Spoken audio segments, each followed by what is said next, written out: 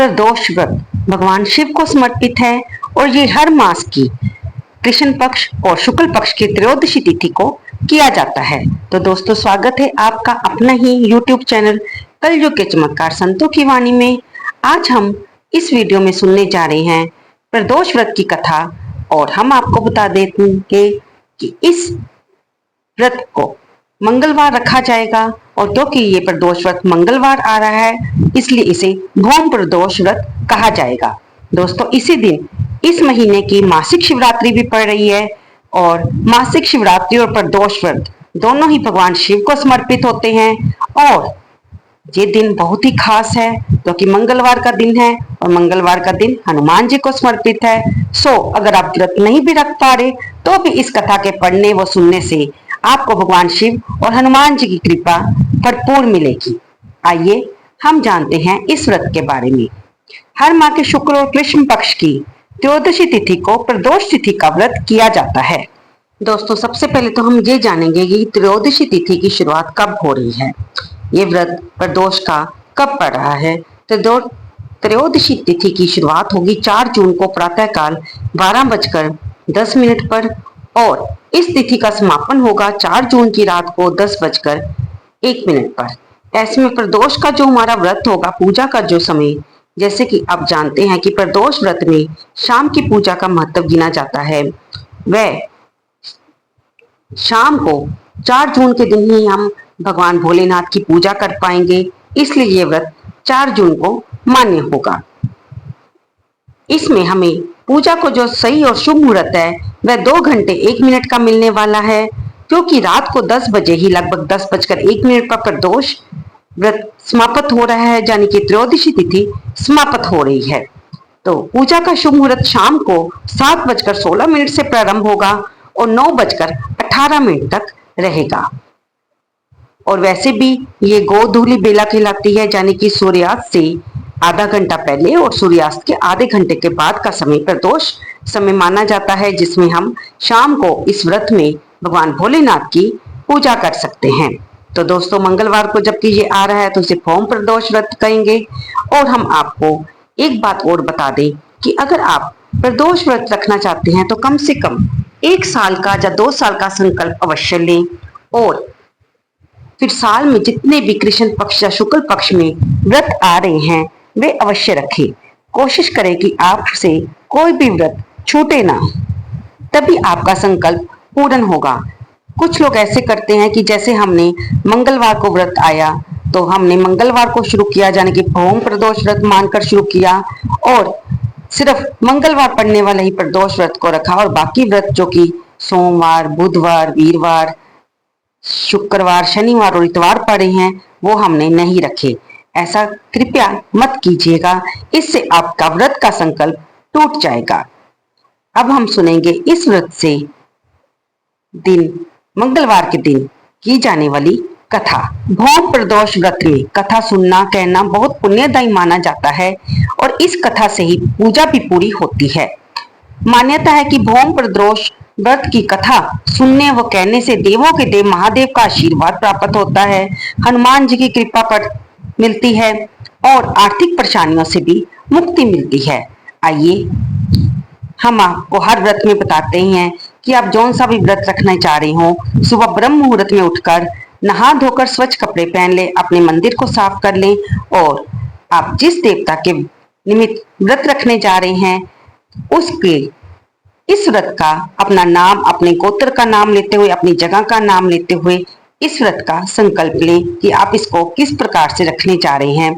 आप इसको फलाहार रखेंगे या एक समय भोजन करेंगे या निर्जला रखेंगे या निराहार रखेंगे।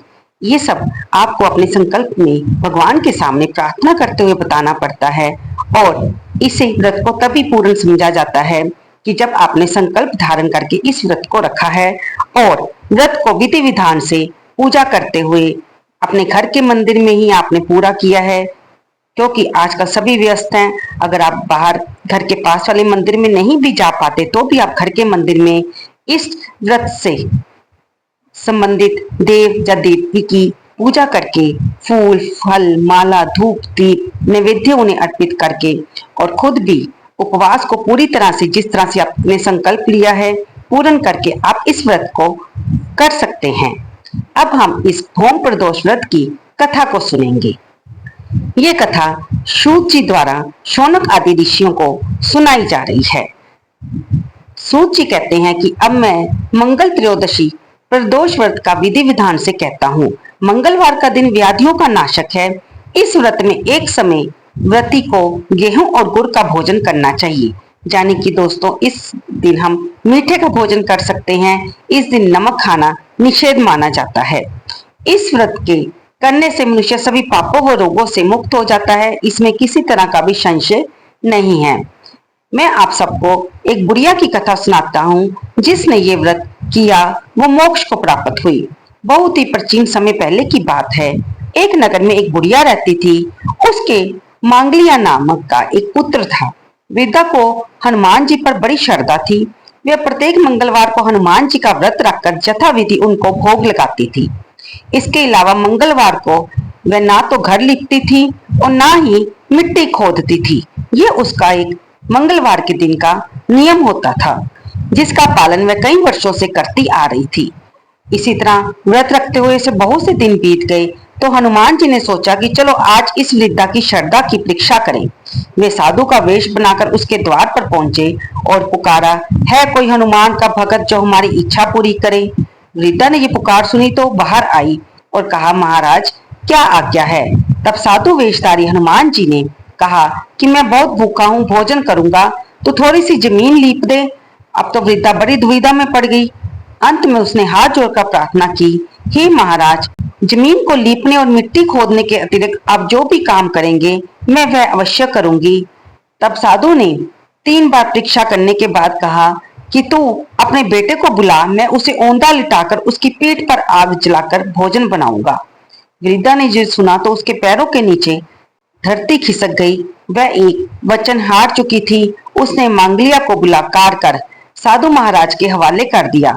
लेकिन साधु महाराज भी ऐसे थे, वे तो जैसे वृद्धा की पूरा परीक्षा लेने के लिए ही आए थे। उन्होंने वृद्धा के हाथों से ही मांगलिया को औंधा लिटाकर उसकी पीठ पर आग जलवाई।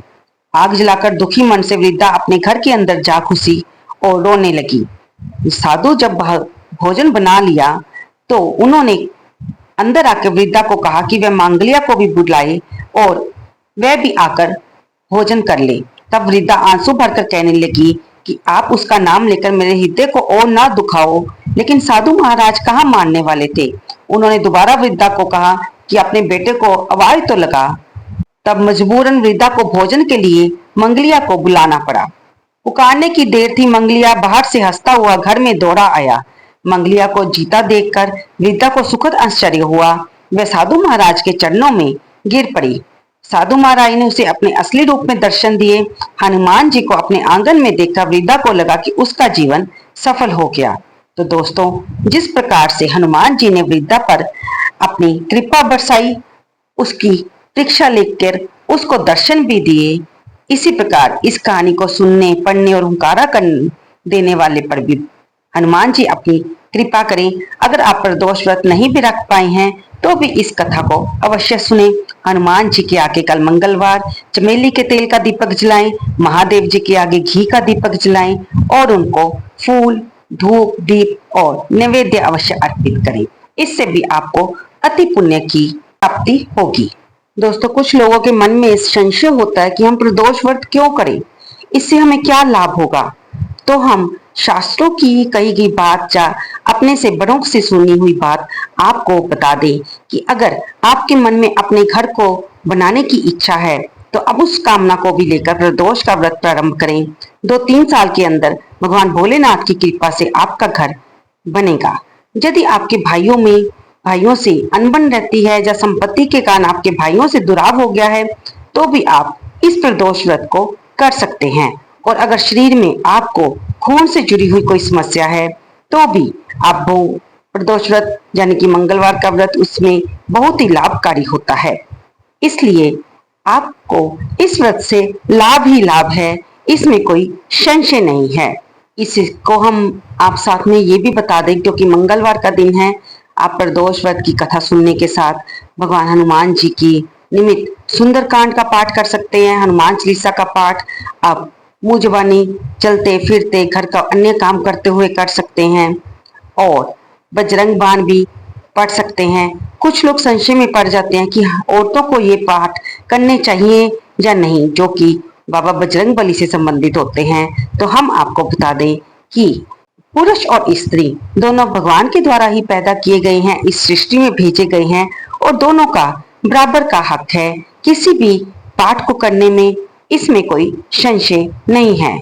आप किसी भी मनोकामना के हेतु इस व्रत को रख सकते हैं और मंदिर में जाकर या फिर अपने घर के मंदिर में ही पूजा पाठ कर सकते हैं।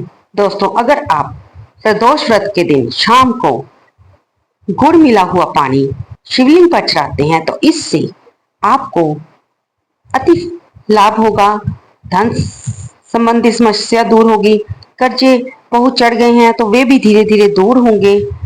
से हम ये प्रार्थना अवश्य करते हैं कि एक ही व्रत से या एक बार ही कोई क्रिया करने से उसका फल नहीं मिलता।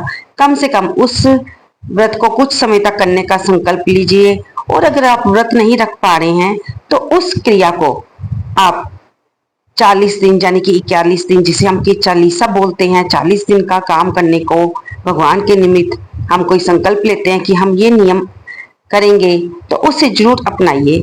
आपको अवश्य ही इससे लाभ होगा। किसी सफाई कर्मी को आप इस दिन कुछ मिठाइयाँ खिला सकते हैं। इस दिन मसूर की दाल का दान कीजिए, इससे भी आपको अति लाभ होगा। ये छोटे छोटे उपाय हैं जो कि हमारी कुंडली में हमें पता नहीं होता क्या समस्याएं चल रही हैं, लेकिन हम जीवन में उनसे परेशान हो जाते हैं।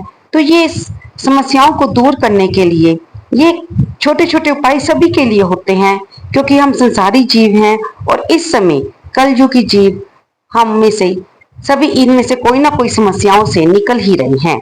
तो इन उपायों से सभी का फायदा ही होगा। उम्मीद है आपको ये वीडियो अवश्य पसंद आई होगी। अगर आप वीडियो पर आ भी गए हैं और इसे सुन भी रहे हैं तो जाते जाते इसे लाइक अवश्य करते जाना। और अगर आपको ये नहीं भी पसंद आई तो भी कमेंट बॉक्स में इसका कारण अवश्य लिख कर जाना कि हमारी वीडियो में कौन सी कमी रह गई है जिसके कारण आपको ये पसंद नहीं आई, ताकि हम अपनी उस कमी को दूर करने की कोशिश करें। और अगर आप मेरे इस चैनल पर नए हैं तो इसे कृपया सब्सक्राइब कर लें ताकि आपको आने वाली हर नई वीडियो की नोटिफिकेशन मिलती रहे। आपका एक एक लाइक, आपका एक एक कमेंट हमें इंस्पायर करता है कि हम अपनी तरफ से कोशिश करके और भी धर्म की जो जानकारियां होती हैं आपके सामने लाते रहें। धन्यवाद दोस्तों।